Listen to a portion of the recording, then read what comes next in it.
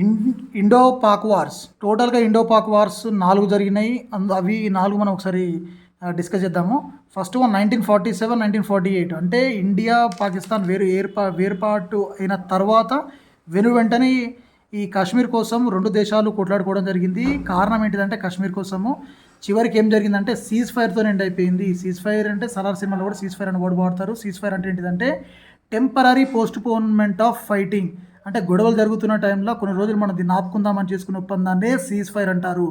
లాస్ట్‌కి result ఏమొచ్చిందంటే LOC line of కంట్రోల్‌ని గీసుకోవడం జరిగింది India, Pakistan. 1947, 48లో ఇది కంప్లీట్ అయిపోయింది. 1947లో స్టార్ట్ అయ్యి 48లో కంప్లీట్ అయిపోయింది. రెండవ ఇండో పాక్ వార్ 1965లో ఉంది. ఆ టైంలో చాలా ఇంపార్టెంట్. ప్రధానమంత్రి మనకు శాస్త్రి గారు ఉండేది. ప్రధానమంత్రి లాల్ బహదూర్ శాస్త్రి గారు ఉండేది. ఎందుకు గొడవ పడ్డారు, ఎందుకు ఆ యుద్ధం జరిగిందంటే కాశ్మీర్ రీజన్. మళ్ళీ కూడా మరి దీని రిజల్ట్ ఏమొచ్చిందంటే వాళ్ళు గొడవపడ్డ తర్వాత తాష్కెంట్ ఒప్పందం చేసుకోవడం జరిగింది. తాష్కెంట్ ఒప్పందం ఇది ఉజ్బెకిస్తాన్లో ఉంటుంది. తాష్కెంట్ ఒప్పందం చేసుకోవడం జరిగింది. దాన్ని మధ్యలో మీడియేటర్ ఎవరు ఉన్నారంటే రష్యా, సోవియట్ యూనియన్ వాళ్ళు దీన్ని ఏర్పాటు చేయడం జరిగింది. తాష్కెంట్ ఒప్పందం వల్ల రెండవ ఇండో పాక్ వార్ అనేది ముగియడం జరిగింది. మూడవది 1971లో జరిగింది.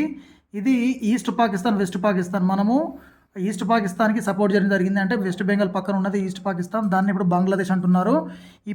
ఈ 1971 వార్లో, ఈ యుద్ధంలో భారతదేశం గెలవడం వలన ఇవి పాకిస్తాన్ రెండు భాగాలుగా విడిపోయి బంగ్లాదేశ్గా మారింది. ఇటు పక్కన ఈస్ట్ పాకిస్తాన్ బంగ్లాదేశ్గా మారింది.